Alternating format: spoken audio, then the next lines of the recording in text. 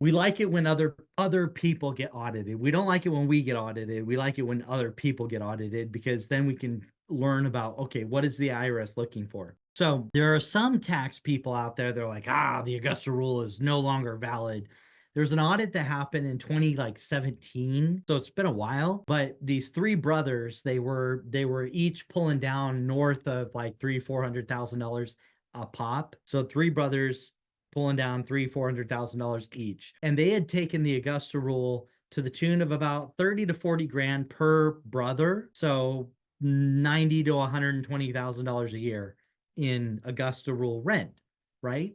Now they had a pretty sizable business but that's a lot of rent to be paying. And they got a question in an audit and the IRS went through and they're like, oh yeah, we're doing the Augusta rule. And they're like, cool. So they talk through it and they're like, okay, what were you doing? Oh, we were having trainings and networking events and all legitimate things. Like the court in this court case acknowledged that their Augusta rule events were legit, but where they got tripped up was they said, how did you determine that $30,000 to $40,000 a year was the right amount? And they couldn't produce receipts. They couldn't produce quotes. They couldn't produce that was legitimately fair market value for rent. So the IRS actually, the court, because it went up to IRS, the tax court, the court actually went out and got comparable quotes.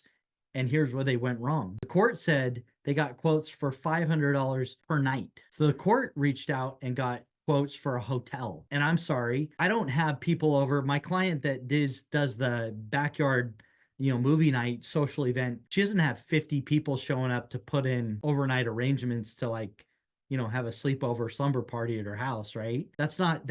So I argue, and I've run this by tax attorneys and other accountants, and they're like, yeah, that doesn't make sense. You're not getting a quote for a hotel at $500 a night. You're getting a quote for a venue to host an event. So that's where the court said, hey, the quote that they came up with was $500 a night, and the taxpayers didn't have anything to contest that. So don't be them. Don't get caught taking a deduction that you can't defend.